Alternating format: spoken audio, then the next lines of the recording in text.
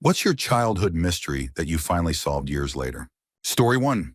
I remember being about 8 and in the car with my dad. I was in the front seat and we were driving somewhere, and this song came on the radio. He cranked it up and said something about it being the best guitar playing ever. He really jammed out, which was really uncharacteristic because he was usually so stoic. It was the only time I ever heard the song, and he passed away before I could ask him what it was. When I asked around, no one knew what I was talking about or could recognize the song I was thinking of. So I had this melody in my head for years. But how do you look up a song that has no lyrics? For years and years, this song stayed on the back burner in my brain. I was afraid to forget it. Somehow, this story came up when I was around 26, chatting with my husband, and we searched YouTube for best guitar songs.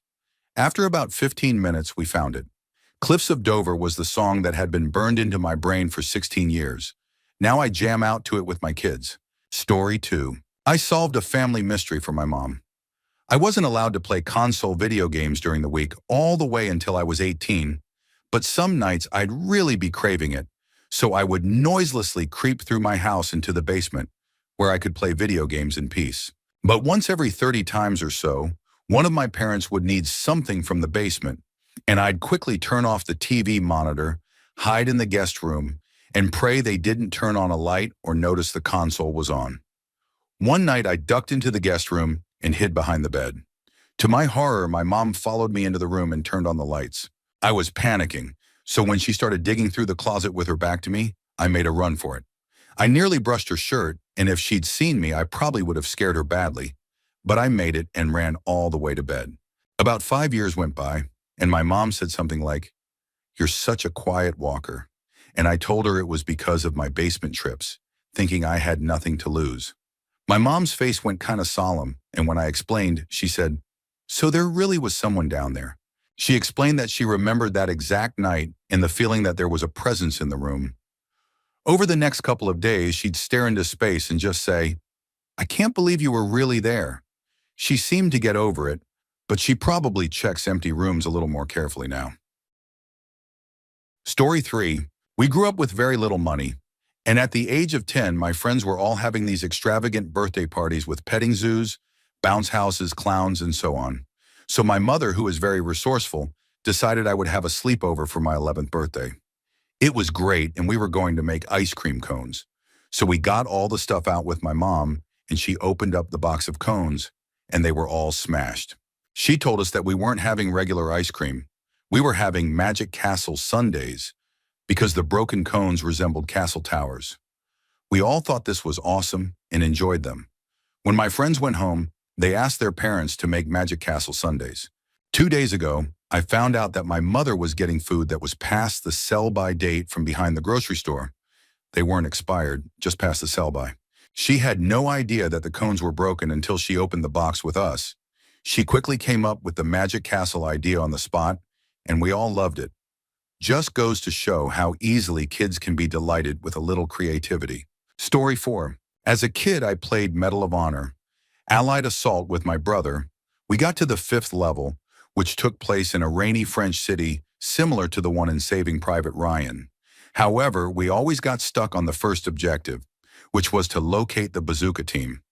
There were no clues as to where this team was in the massive rubble-filled city with poor visibility.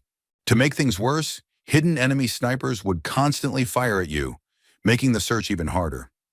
My brother and I scoured every nook and cranny, but we never found the team. If they were trying to stay hidden, they were doing an excellent job. In the months that followed, we reinstalled and replayed the game several times, but we always got stuck on that level. Fast forward several years, and I got the digital version of Allied Assault for nostalgia's sake. I dreaded playing the 5th level again, but to my surprise, I easily cleared the first objective by stumbling across the corpses of the bazooka team in one of the buildings. Turns out the CD we originally played on was bugged. The bodies never rendered in the game. All we had done was waste countless hours looking for a group that never actually appeared. Giddy at the prospect of finally completing the game, I happily continued the level, only to quit again after repeatedly getting sniped by those hidden snipers.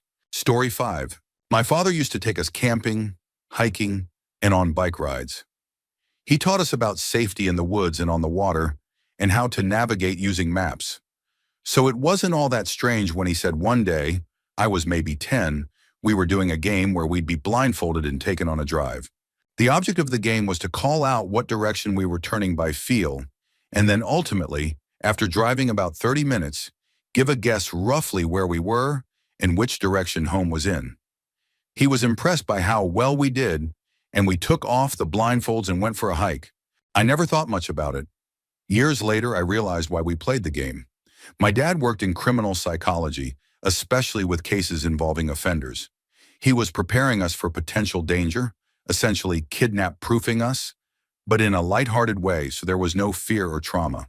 Story 6. When I was 4, I vividly remember getting into my mom's car and her telling me that our cat had died. She said she had rushed him to the vet and that he was shedding fur.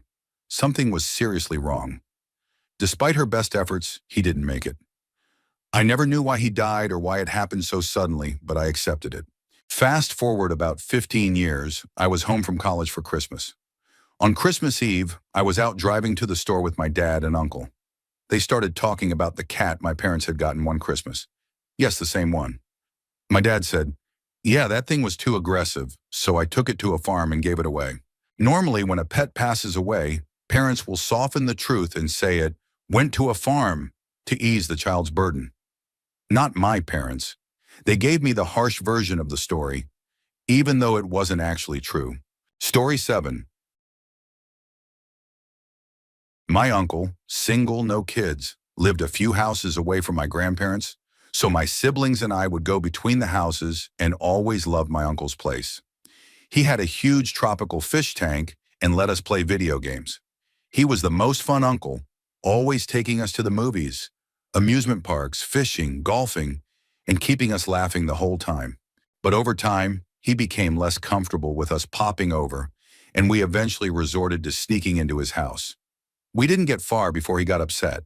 From that point on, we only saw him at our grandparents' house.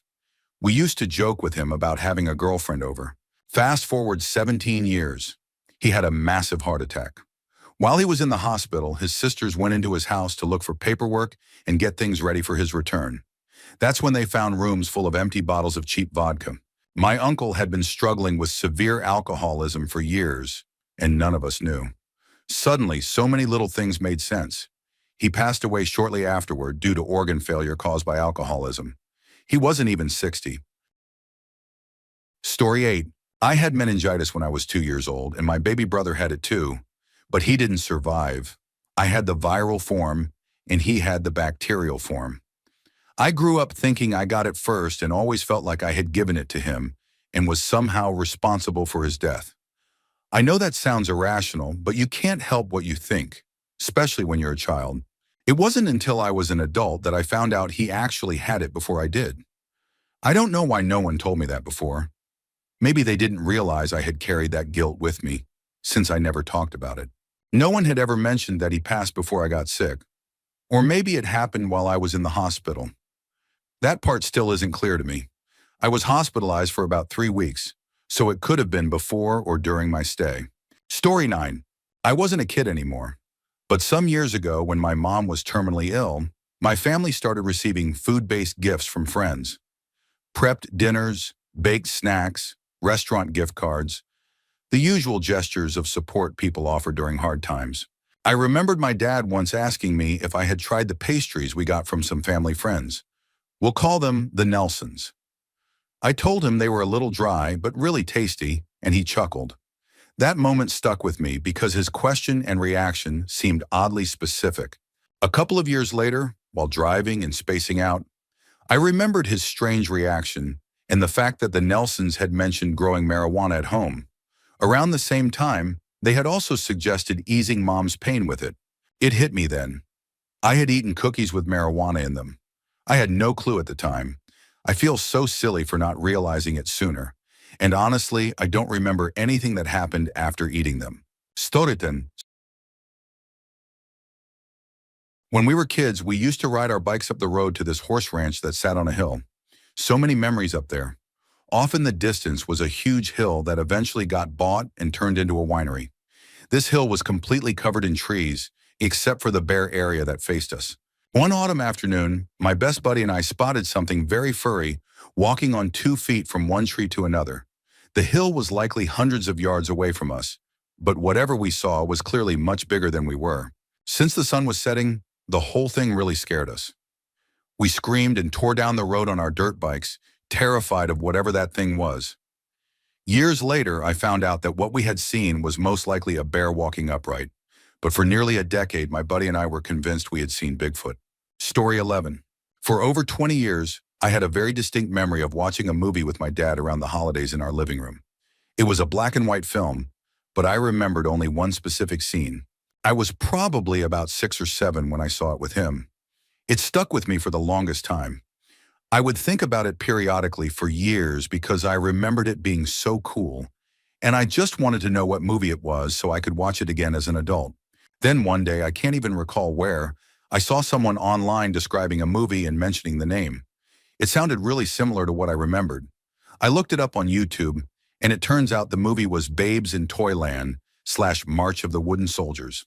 The scene I had remembered so vividly was when all of the soldiers march out of the toy shop. Figuring this out was genuinely one of the most satisfying feelings I've ever had. Story 12. I was brought up in Ireland, and unusually for the area, my parents never drank. Every Christmas, our family friends would forget this and gift them bottles of alcohol. Naturally, my parents either stored the bottles of whiskey, vodka, etc. in the storeroom or re-gifted them. One year when I was 8 years old, they received a really fancy bottle of 40-year-old Scottish whiskey. It looked so cool that they placed it proudly on the mantelpiece. As I grew taller and more mischievous, by the time I was 16, my parents decided to go out of town for the weekend. My 18-year-old brother came up with the idea that we should pull an Ocean's 11 on that bottle, take it to a huge party with lots of people and music. I told him we'd surely get caught because that bottle was like the centerpiece of the living room. But my brother, who's so cunning, you could put a tail on him and call him a fox, had a plan. We drink the fancy whiskey, bring the bottle back, and refill it with cold Irish black tea. We did exactly that and had an amazing time. When Mom and Dad got back, they didn't notice a thing. Time passed, days into months, seasons came and went, and both of us were in college. We came home one Christmas and immediately noticed that the bottle was gone. We panicked, thinking, she's going to figure it out and we're done for. But nothing was said, and the holiday passed peacefully. A few more years went by. When I was around 24, I was working at a hospital and would often have lunch with the janitors and handymen. After about 3 months, one older Irish gentleman I had gotten to know said, "Older man, young man, do you like whiskey?" Me, "Of course I do." Older man, "Well, let me tell you a story. Years ago, your father asked me to paint the outside of your house. When he tried to pay me, I refused and jokingly asked if I could take that 50-year-old bottle of fine Scottish whiskey instead. Your dad thought it was a great deal, and I went home happy. My wife made me a steak, poured me a big glass of whiskey, and I sat on the porch. But when I took a sip, I nearly had a heart attack. It was cold tea. In that moment, I felt like I was in the final scene of The Usual Suspects. I was speechless. I offered to repay him, but he just laughed and said, "I was young once too." Now I'm 45 years old, and my parents still have no idea that we stole the whiskey, replaced it with tea, and that a hard-working man drank it thinking it was a reward. Story 13. I had nightmares for years. Literally every dream I had involved my older sister being a robot trying to harm me. She would appear as a tank, transformer-like machines, metallic spiders, all of them with her face and dangerous weapons. Every metallic robot imaginable somehow had my sister's face on it. I had these dreams throughout all of elementary school. It wasn't until I brought it up at age 17 that we finally solved the mystery. I was born extremely premature, 4 months early. I had a lot of medical complications, stayed in the NICU for 5 months, had multiple surgeries, and was fed through a tube. My mom was heartbroken that I couldn't meet my sister, and she couldn't meet me. She was 4 at the time. So she placed a picture of my sister's face above my incubator so I could see her. It was a sweet idea, but it had an unexpected effect. My brain associated my sister's face with all the surgical tools and scary hospital machines I was surrounded by. It took us years to realize that my nightmares were my brain, combining the two things I was most exposed to as an infant: my sister's photo and terrifying medical equipment. Story 14. When I was a child, I believed in Santa Claus. As I got older, especially through elementary school, I started becoming more skeptical. But one thing kept me believing longer than most kids. How did every single adult have the same story? Every grown-up could name the reindeer, explain where Santa lived, how he delivered gifts, what he wore, how the toys were made, and what happened if you were naughty. How could it all be a lie if every adult knew the exact same details?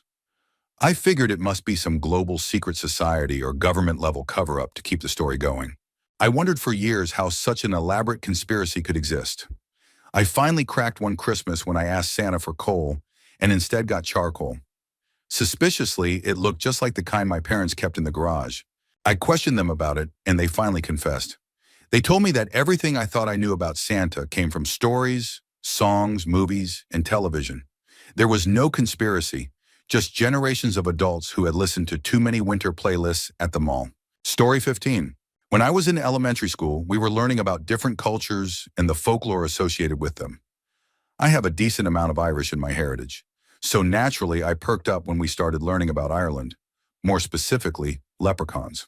Our teacher told us a tale about how leprechauns love flower petals, and that if they were ever caught, they'd give you a gift in exchange for their freedom.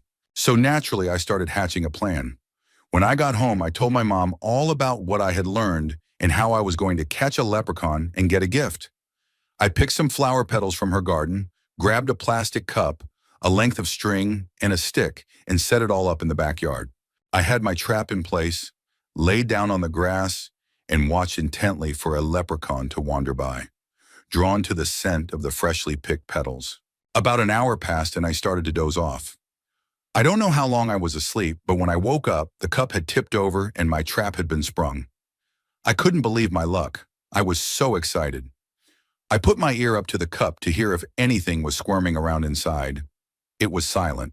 As I lifted the cup, my heart sank.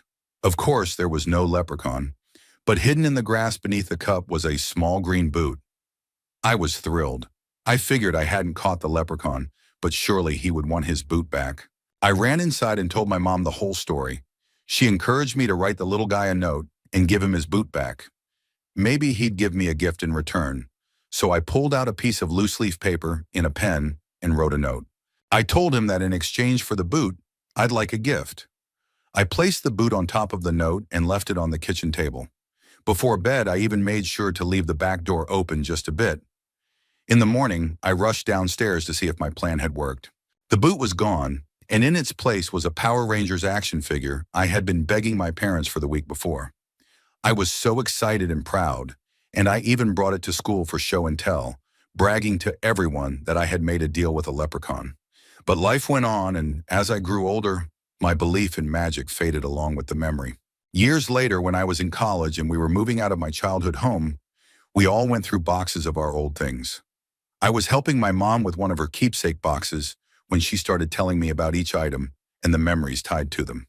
At the bottom of the box was a little green piece of felt, cut and sewn into the shape of a boot. The memory of that day came rushing back as I realized the effort my mom had made to help a little boy believe in magic.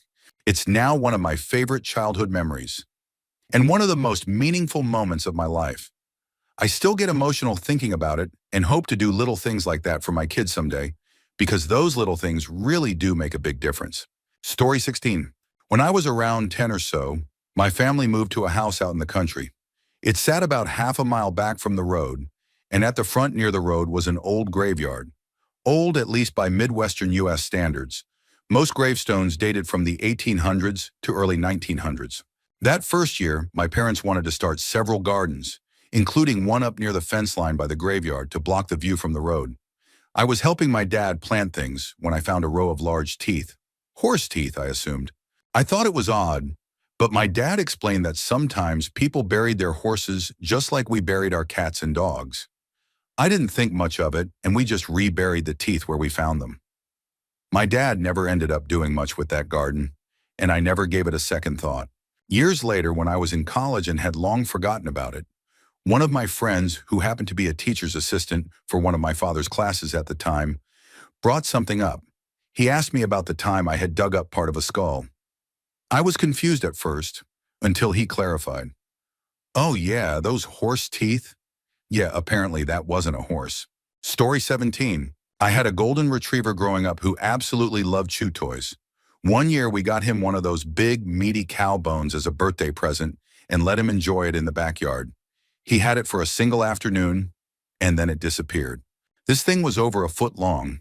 We searched all over the backyard, which was pretty large and had ivy, cattails, and other shrubs around the edges, but couldn't find a trace, not even some disturbed dirt to suggest he had buried it.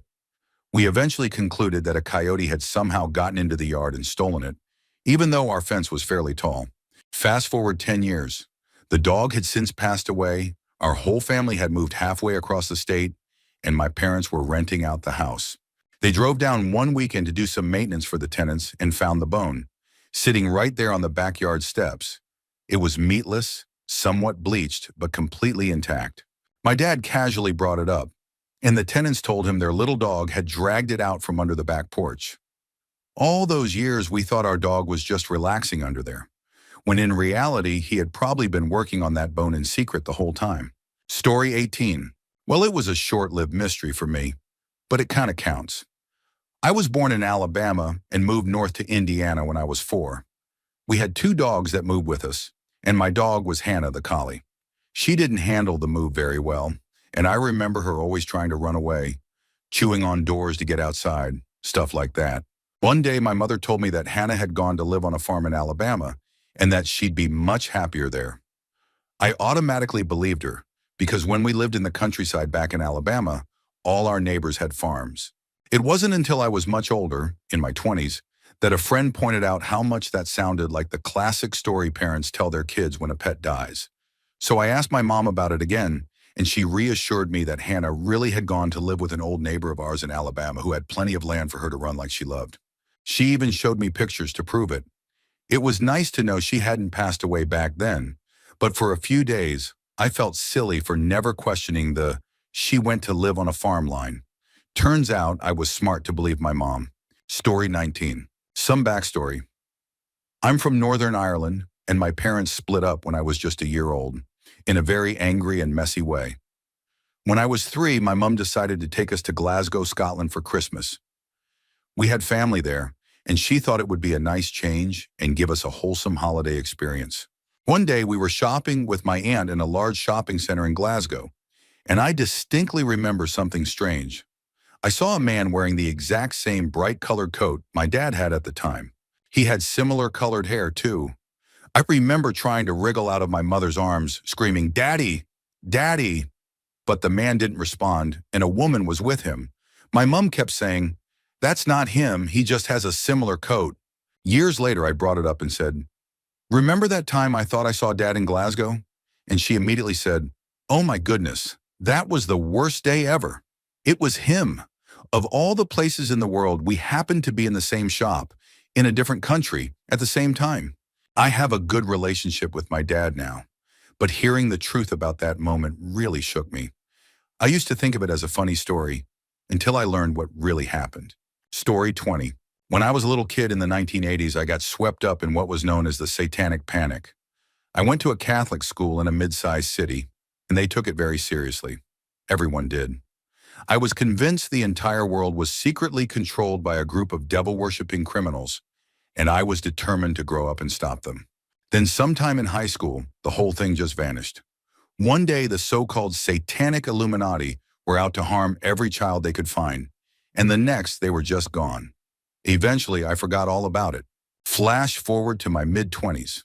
I was in college, sitting in my apartment and relaxing, when I suddenly remembered the entire Satanic Panic. I wondered, whatever happened to that? Were they caught? Did I imagine it? Luckily, we had internet at home. This was still the early days, and I looked it up. I'll admit I had mixed emotions when I found out that 99% of it was completely false. I felt relieved for obvious reasons, but I was also angry. That hysteria had created a lot of fear for me as a child. Kids shouldn't be hearing stories about ritual abuse and sacrifices. At one point, my school even had a priest, supposedly an expert on Satanism, who showed us a film where people killed and ate what appeared to be a real cat. I was in junior high. We were told it was 100% real. I'm skeptical now as an adult, but it sure looked real to a 12-year-old. Anyway, the whole thing was deeply disturbing, but I'm glad I found closure. Today, it's one of those bizarre historical events that people are finally comfortable talking about. And now that I'm an adult, I find it fascinating. From how it started to how it ended, it really was a wild chapter in history. Story 21. When I was 7, my mom and her friend organized a private visit from Nicholas, St. Nicholas, on December 6th for me and her friend's child. Usually you'd meet him in school or at a public event, but this time it happened in the friend's living room, just for the two of us. He walked in and immediately started calling us by our names and talking about our recent accomplishments in school. I was mortified. It felt like something out of a nightmare. Here was this gigantic man with a deep voice who somehow knew things about me that only someone very close would know. It felt terrifying, like he had been watching me. Stranger danger had never felt so real. We never repeated that experience, and for years I felt uneasy whenever I thought about that encounter. I must have been around 25 when I finally brought it up with my mom and asked her who that unsettling man actually was. She was shocked that I had never figured it out. It was a close family friend who had visited our home regularly for years. He had known me since I was a toddler and often asked about school, so naturally he remembered the details. That explained how he knew so much. It only took me a decade and a half to solve, but looking back, it's actually kind of funny and a little sweet. Story 22. Not so much a mystery, but I remember visiting my dad one weekend when I was around 5, and my stepmom wore dark sunglasses to pick my brother and me up. When we got home, she removed them, revealing a black eye. Naturally, my brother and I asked what happened. She said she had tripped and hit her face on the corner of the counter. We were just kids, so we believed her without question. We never noticed any other bruises. One night when I was 17, I came home from a party about 5 minutes after curfew and was met by my dad, who had been drinking. My stepmom always said that a certain drink made him mean. He asked me why I was late, and I snapped back that I wasn't even 5 minutes late. He stepped up to me, all 240 pounds of him, towering over my lanky 6-foot frame by a good 4 inches. His eyes glazed over. I thought I was going to be hit right then and there, but he hesitated, stepped back, pointed a finger in my face and said, "When I say midnight, it doesn't mean 12:01, it means 11:59, or else, now get upstairs." Needless to say, I quickly untied my shoes and placed them neatly in the mudroom closet. He always yelled if I didn't, then skipped every other step running to my room. Once I was in bed, everything clicked. That night changed everything. I lost whatever respect I had left for him. I haven't spoken to him in over a year now, and before that, it had already been 2 years. Story 23. I always wondered why my parents were so much older than the other moms and dads of kids my age, and why I had 2 brothers named Chris. Throughout my childhood, friends would ask if my parents were my grandparents, and why both my twin brother and my older brother shared the same name. My parents insisted they had us later in life, and that we looked just like our dad when he was younger. They also told us that our older brother Chris had begged them to name us after him, so my twin got his first name, and I got his middle name. When we turned 15, my twin and I were doing homework, and I ran out of paper. I looked in a closet and found a briefcase. Expecting it to have paper, I opened it, and instead found a bunch of adoption papers. That's how we found out that our older brother and sister had been adopted together, and my twin and I were adopted separately years later. It turned out that our older siblings had always known they were adopted. They had even threatened to run away to their biological parents if they didn't get their way, and once actually did it.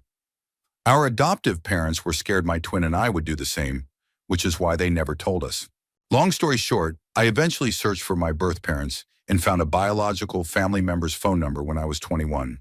I soon learned that both of our biological parents had passed away due to overdose by the time we were around 4. It was anticlimactic in a way because I had so many questions I would never get to ask, but I was relieved to finally have closure. I also felt grateful. No matter what, my adoptive parents will always be my real parents in every way that matters. Story 24. When I was about 3 years old, my parents and I lived in a nice 2-story house in the foothills. I was upstairs in the office watching cartoons when the phone rang. Apparently, I was one of those toddlers who loved talking on the phone. I'd even babble nonsense into an old handset to copy my dad. So naturally, I picked it up. A man on the other end knew my name and asked if I liked candy canes. He said his name was Alan and that he was at the front door with some just for me. Of course, being a little kid, I got excited and toddled downstairs to open the door. Now, in my little kid brain, this is what happened. I heard a knock, and just as I was getting to the door, my dad opened it, with my mom standing behind him. He had a sword, which was probably just the knife he always carried, and he scared Alan away. My parents then told me that this man wanted to abduct me and didn't actually have any candy canes. For 10 years, I believed I had narrowly escaped being kidnapped, something we just didn't talk about afterward. Turns out, it was actually a life lesson. My dad had made the phone call himself using a fake voice, knocked on the door, then ran around through the garage before I could get there. About a year or two later, he introduced me to a friend of his named Alan, and I absolutely hated him. My dad could never figure out why, until I finally brought it up years later. Story 25. When I was in grade 4, about 9 years old, we had a high school student visit our class to talk about a writing contest he had won. As part of his prize, his book was published. It was a novel about wolves in the afterlife. At the end of his presentation, he held a Q&A session. I raised my hand and asked him what made him want to start writing. He said, "I don't know, I just woke up one morning and went, I want to write." I thought he sounded a bit stuck up because of that answer, but I was still intrigued by his book, so I borrowed it from our local library and read it. Fast forward to last summer, I was 18. I was working in a kitchen and chatting with a coworker I'd known for over a year. We were pretty close, and the conversation turned to writing. He casually mentioned that he'd had a book published when he was in high school. I asked him what it was about, and he said it had to do with the spirits of wolves. In that moment, it clicked. He was the student who had come into my grade 4 classroom all those years ago. I told him about the question I had asked and how his answer made me think he was stuck up. He didn't remember the moment at all, but we both laughed about it. It turned into one of those full circle moments you never expect. Story 26. When I was about 3.5, we flew back to the UK after spending a year in Canada. On the way home, I lost Rupert, my beloved teddy bear. I was devastated for quite a while. Then one day I received a postcard from Rupert. He was in South Africa seeing zebras. Not long after that, another postcard came, this time from France. Then one from Australia. Rupert was traveling the world and writing to me about his adventures. About 9 months after we returned to the UK, my dad had a conference in Sweden. When we went to pick him up at the airport, he was there as expected. But he wasn't alone.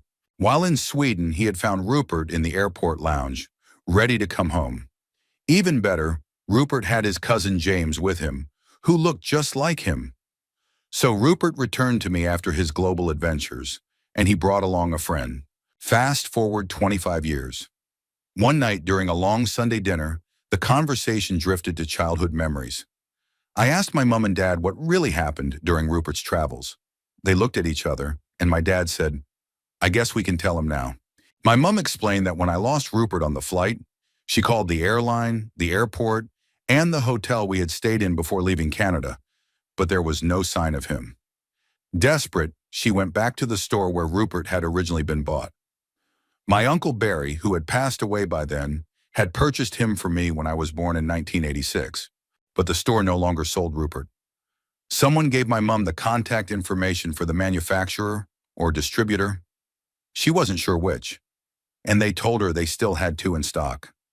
She bought them both because, in her words, you can't just take one and leave his friend behind.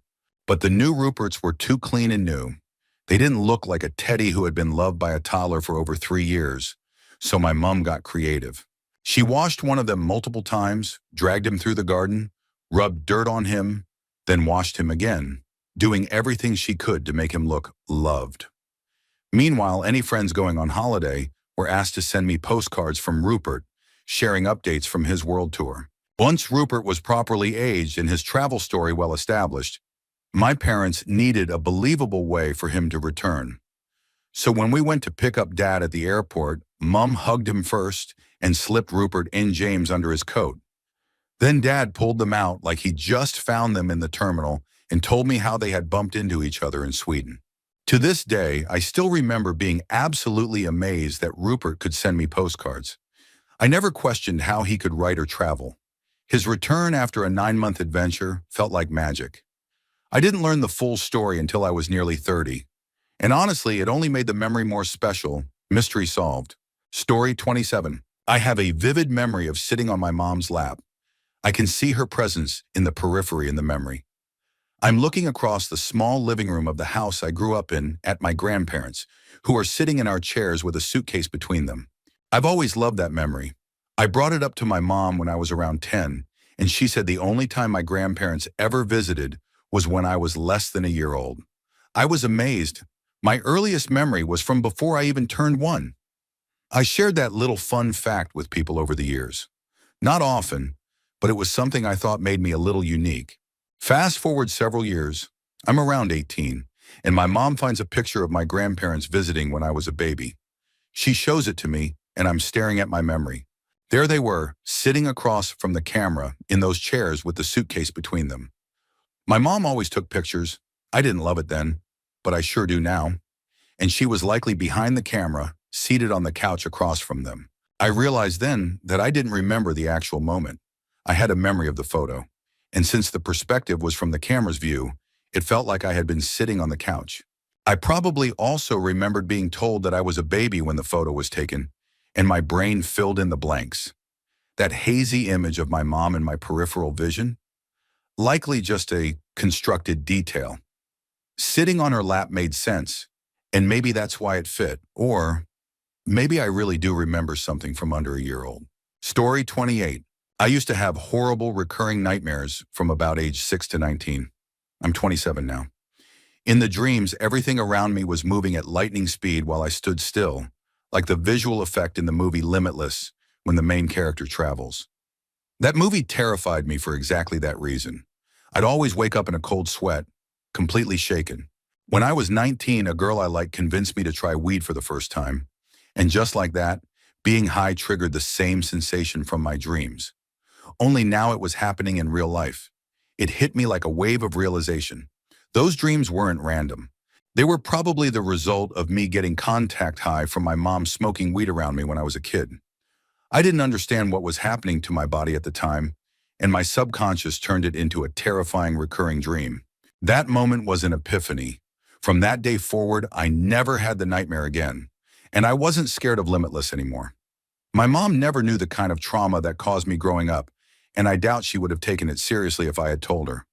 Since then, I've smoked maybe 30 times over the past 8 years, but honestly, it's not for me. Story 29. When I was 9, I had a sleepover in my brother's room. We heard this weird sound that resembled alien laser gunfire. Very 1980s, very sci-fi. We freaked out and ran to our parents' room screaming. They sternly told us to go back to bed and said if we kept it up, there would be no more sleepovers. This happened multiple times that night until eventually it stopped, and we both fell asleep. Almost 10 years later, I was helping my mom clean out her closet. I found a small keychain toy, and when I pressed the button, it made that exact laser sound from our childhood. I just stood there, stunned, as the memories came rushing back. When my mom stopped laughing, she finally confessed. She and my dad had placed the toy inside the air vent to prank us. My brother's room was directly below theirs, so the sound traveled perfectly. The thing is, they had completely forgotten to tell us the next day, and then forgot about the whole prank entirely until I found the toy. For 10 years, I genuinely believed we had been visited by aliens or maybe haunted by a ghost. And every time it comes up now, the whole family laughs hysterically. I only stopped being mad once I became an aunt and realized how fun it is to mess with kids sometimes. Story 30. I grew up my whole life with a black uncle. Even though we were a white family, and the surrounding community was just as white. He was as dark as night, and nobody ever questioned it. My dad called him brother, and so did my other uncles. He was just always there, part of our family. I assumed he was a close family friend, and I never thought to question it. At my father's funeral, someone approached me and started talking about amazing Uncle Gideon. That's when I heard the real story. When my dad was in his 20s, he had a severe bowel disease that required multiple surgeries and led to major infections. One day, he needed a blood transfusion, urgently. His blood type was O negative, which can be tough to find. My dad's doctor's office was located in a mostly black and immigrant neighborhood. In desperation, he walked into a local diner and announced, "A man needs O-negative blood today or he will die." Gideon stepped up without hesitation and donated. Not just that day, but several more times throughout the next year. Sometimes they donated side by side. That act of kindness saved my dad's life, and their friendship, forged in that moment, grew stronger with time.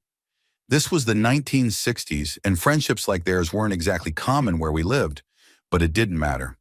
Gideon and his wife were at every family event, and my dad was at theirs. They became true brothers, not by blood, but by choice. Their friendship changed the way our family viewed the world. It shifted generational attitudes, opened minds, and set an example. What started as a life-saving gesture turned into a bond that shaped two families and everyone who knew them. Story 31. I lost an entire month of my childhood and couldn't figure out what happened for years. Only that it was the month I had been sick. All I knew was that I had a high fever. I remember it only in scattered snippets. One moment, I was getting picked up from school by my grandmother, and the next I was climbing into her bed. Everything went black after that, until the morning I returned to school. I came in late that day. When I opened the classroom door, everyone stared at me. I went to put my things away, but my teacher stopped me, hugged me tightly, and began crying in front of the entire class. I was confused for years, until recently. I finally asked my grandmother what really happened, and it turns out I had a fever of 104 degrees Fahrenheit, 40 degrees Celsius. I was rushed to the hospital and stayed for about a week, on the brink of death. The doctors initially thought it was meningitis, but it turned out to be the flu. I'm guessing my fever was so high I became delirious, or perhaps I was even placed in a medically induced coma. I was only 4 years old and it took me a while to recover. Now I tell everyone, get your flu shots. The flu is no joke. Story 32. When I was between 5 and 9 years old, I lived down the street from Knott's Berry Farm. One year I was lucky enough to get a season pass from my mom. My grandmother watched me during the day, and on many occasions, we'd go to Knott's together. Sometimes I'd ask, "Nana, can we go to Knott's today?" And she'd say, "Okay, but call to see if they're open first." I'd run over to the phone, and she'd read me the number to dial. It wasn't until I was around 17 or 18 that I realized there was even a mystery to solve. I walked into my mom's house one day, and she and my Nana were sitting on the couch, laughing uncontrollably. I asked what was so funny, and my mom managed to say through her laughter, "Remember when Nana had you call Knott's to see if they were open?" I said yes. Well, how often were they actually open when you called? That's when it hit me. This overwhelming rush of realization, amusement, and a bit of embarrassment. The days Nana was feeling tired or under the weather, she'd secretly call my mom at work to let her know I'd be asking. I would dial the number Nana gave me, and my mom would answer her work phone with, "Knott's Berry Farm, we are closed today." Now my mom loves to tell that story to my friends and anyone else who will listen. And honestly, I love that she's so proud of that little trick. It still makes me smile. Story 33. As a child, I always wondered why my dad never visited, never returned my calls, never wished me a happy birthday or a happy holiday. I thought he just didn't want anything to do with me. No matter how hard I tried to reach out, I never heard back. I even called him on Father's Day just to wish him well, before he ever told me happy birthday or said I love you. One Christmas, my mom had her friend Greg call and pretend to be Santa, since she told me my GameCube was from him. She didn't tell me who it was, just said someone wanted to talk to me. I immediately thought it was my dad. I thanked him for the GameCube, told him I loved him, and said I hoped we could talk again soon. After the call, my mom went into my grandmother's room and cried. It broke her heart. I can't even imagine how Greg must have felt. It took me a long time to finally accept the truth. My dad didn't want to see me. He didn't want to call me. He didn't want to be a part of my life. Eventually, I found out he had married another woman and had a child, a son, a year younger than me. He raised that child. He took care of him, and he never once reached out to me. That was the bitterest pill I've ever had to swallow, realizing I was never wanted, that maybe he saw me as a mistake. I had to come to terms with this during my teen years, and it was one of the hardest things I've ever been through. I've since moved on. I still carry resentment, and I probably always will, but I refuse to let it consume me. I've made myself a promise. If I ever have a child, I will be the kind of parent mine wasn't. I will be present. I will love them completely. I have more stories about my father if anyone's curious, but for now, that was my realization. Story 34. When I was little, circa 1985, we adopted my aunt's poodle, Muffy. She was already an older dog. A few years later, Muffy passed away peacefully in her sleep while my sisters and I were taking naps. Or at least that's what I always believed. It wasn't until I was in my 20s, sitting at the table with my mom and sisters, reminiscing about old pets, that I learned the truth. We talked about how Muffy must have known we'd be sad if she died while we were awake. We remembered how stinky she was from her bad teeth and that distinct old dog smell, but how much we still loved her. That's when my mom burst into tears and confessed that she and my dad had helped Muffy pass away. What? She told us that Muffy had been very sick and was struggling to walk. At the time, they couldn't afford the cost of euthanasia at the vet, so she and my dad laid Muffy in her bed inside a box and used car exhaust to end her life peacefully. My mother was devastated that she had kept it from us for all those years. She insisted it was a one-time thing, and after that, they created an emergency vet fund. I know this is true because they used that fund during multiple pet emergencies over the years, including when we had to put down my dog, Sparky. It was horrifying to learn this, and my sisters were very upset with my mom for a while. But please understand, my dad was a gentle-hearted man who only wanted our dog to have a peaceful end. It was the early 1980s, and things like this weren't talked about or judged the same way they are now. They later taught us about the importance of having emergency funds, including for our pets. Today I have pet insurance and always keep at least $1,500 in a separate savings account for my dogs. Story 35. When I was in 5th grade, and honestly probably cooler then than I am now, I performed a long Irish dancing number to the river dance theme at my school's talent show.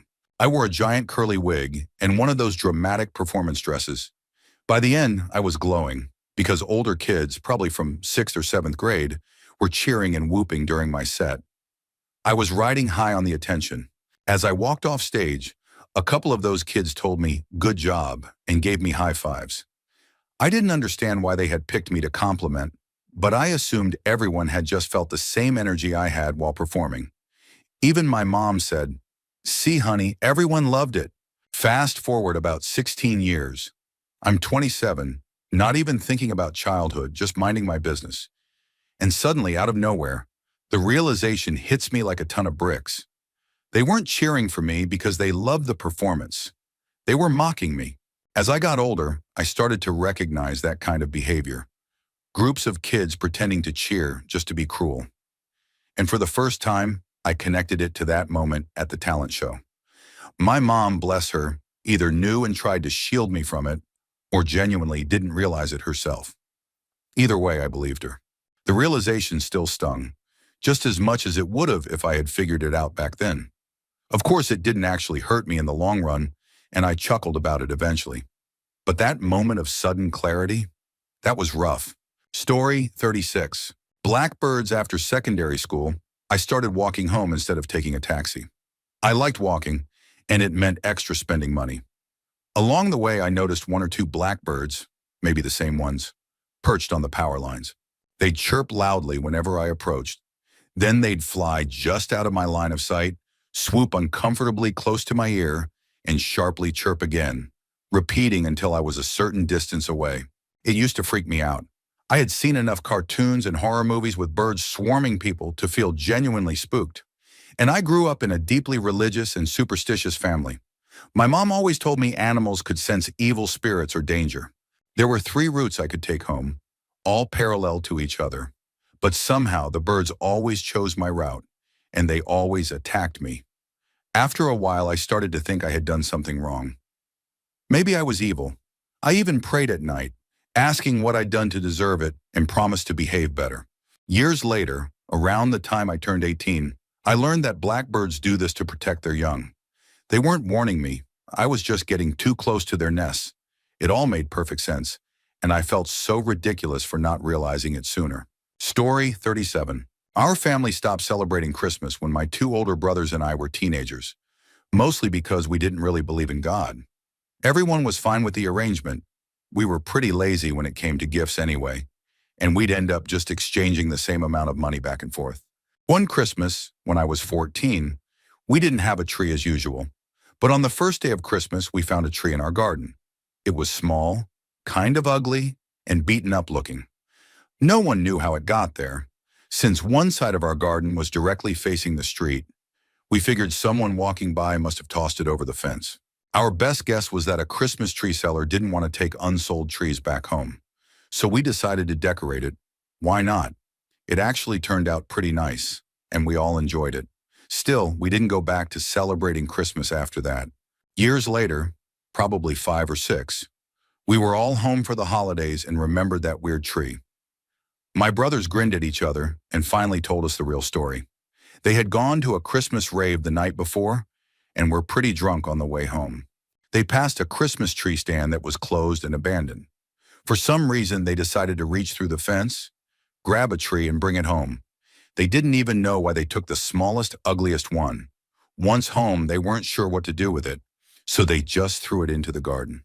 Story 38. This one I just solved last week, after 29 years. For my entire life, my parents had this old chest. They always told us it belonged to my dad's grandmother, who had brought it with her when she escaped East Germany and came to the US. Over the years, I looked at that chest often, and it had gotten pretty worn. So as a potential Christmas gift, my brothers and I pooled our money to get it restored. We asked our mom when would be a good time to take it in for repair. She asked why, and we said, because it's Dad's grandmother's chest and it's in bad shape. That's when she dropped the truth on us. When my dad's grandmother passed away in 1992, she left behind a few items for my parents. But when they arrived to collect them, they hadn't brought anything to carry the items in. So my dad ran across the street to an antique shop, bought the cheapest chest they had for $25, and used it to store the items. The chest had always been covered with other stuff, so none of us had ever looked inside. So what exactly did my great-grandmother leave behind that fit into that chest? 2 couch pillows and a warming blanket. Story 39. We always wondered why my dad had certain odd tendencies, but everything started to make sense after I was diagnosed with autism. Suddenly, I could understand his behavior. It was heartbreaking. He had spent his whole life being misunderstood, bullied by family, and isolated. But he wasn't a bad person. He was just different. The same thing happened when I was diagnosed with Ehlers-Danlos syndrome. My grandmother and my dad both had symptoms, chronic fatigue, joint instability, but had never been diagnosed. For years, people in my family felt like they were just lazy or flawed. The truth was, they were living with undiagnosed conditions that shaped their lives and self-perception. When I finally got my diagnoses, it was like someone had turned on the lights. We finally had answers. But unfortunately, it came too late. My dad passed away from an overdose last year. I'm now the oldest living person in my immediate family, at 33. The best thing I know to do is teach the children in our family to seek answers and be kind to themselves. It hurts to know how much time we lost to misunderstanding, but I'm proud that the next generation is more self-aware and better at advocating for themselves than we ever were. Story 40. Back in the day, I got caught up in the website craze. This was before MySpace took off. I was part of an admin team for a video game forum hosted on InVision-Free, and over time I started learning basic HTML and coding.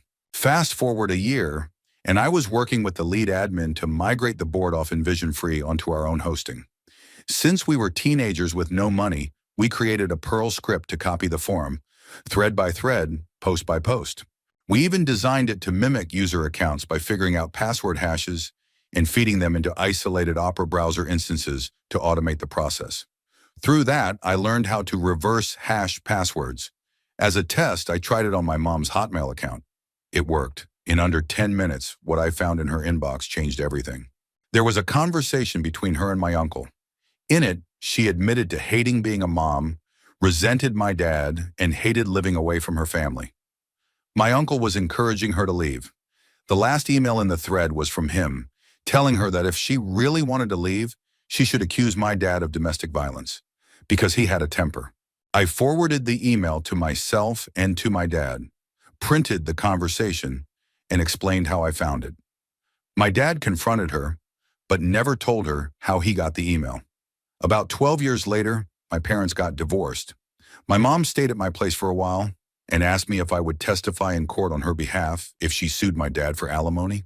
I said I would, and that I'd bring up the email. I told her I still had a copy if she wanted to review it. She called my bluff. I showed her I wasn't bluffing. She moved out about a week later and never attempted legal action again.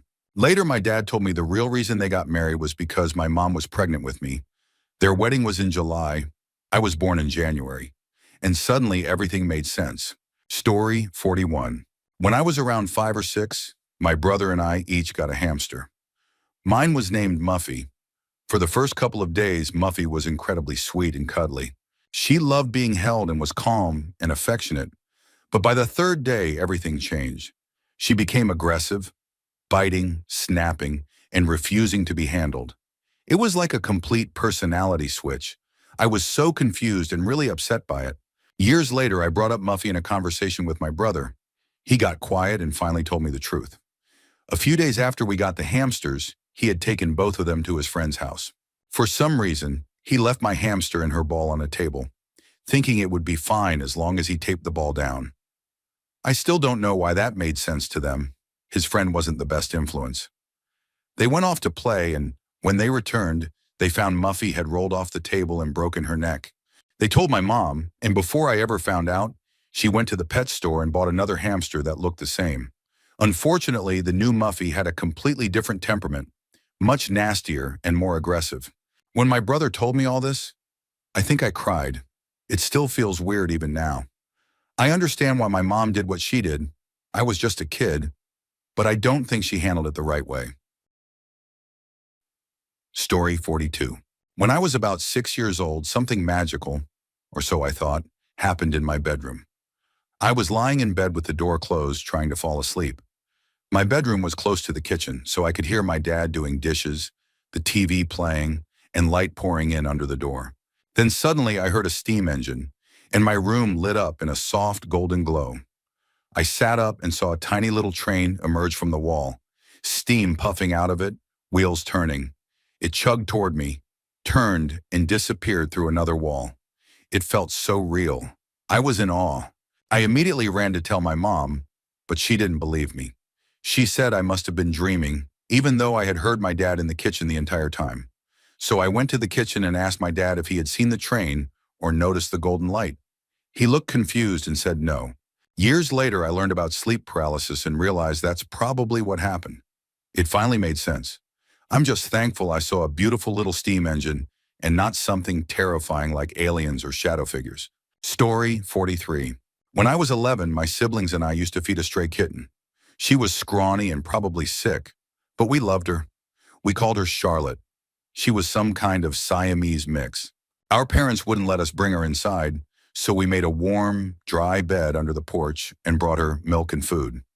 She didn't eat much, though. In hindsight, she must have been very ill. She came and went freely, until one day, she just never came back. Neighborhood kids had all sorts of theories. One girl swore she saw a man take her. The man was our quiet neighbor, the one with a ponytail and motorcycles. He never talked to us kids, but wasn't mean. He mostly stayed out of sight, mowing the lawn and helping his grandmother. Years later, when I was 24, I joined a local art class. He was there. We met weekly, and eventually everyone became friends. He still lived near my parents, and I realized he wasn't actually much older than me. When I was 29, we started dating.